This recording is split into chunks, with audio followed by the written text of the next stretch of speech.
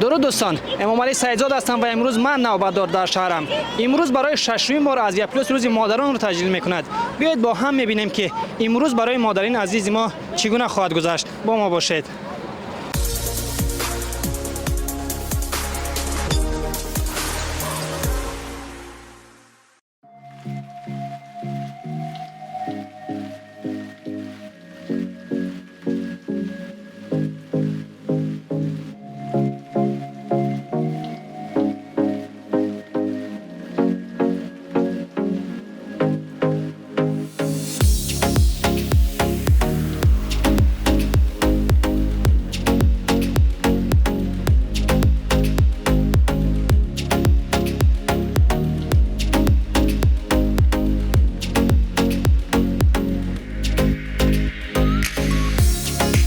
خط‌سیر ما پر از فضای عیدانه و تحفه‌های گوارا بود. این عکسی ما از ترمینال راه آهن پایتخت آغاز شد.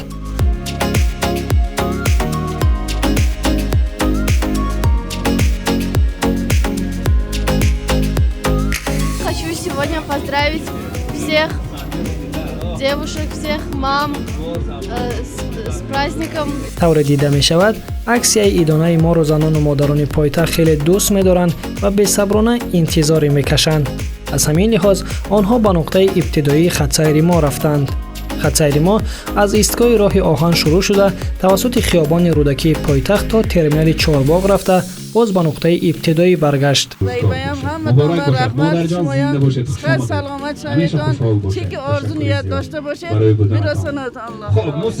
Так приятно, что такое внимание оказывают женщинам. Женщины Таджикистана, самым красивым женщинам, девушкам.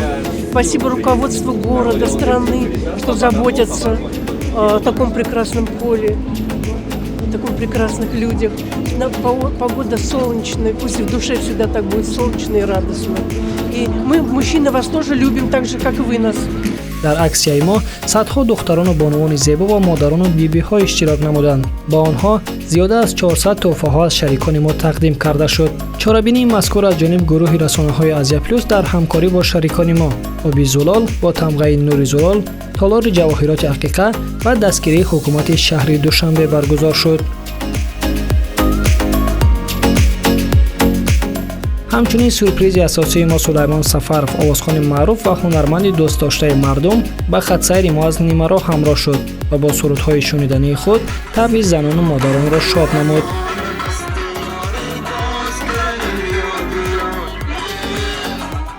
هر گاهی که ما را خرسان میکنی خدا شما را هم خرسان کنه. رحمت کلام برای عزت کردن این آدم‌ها.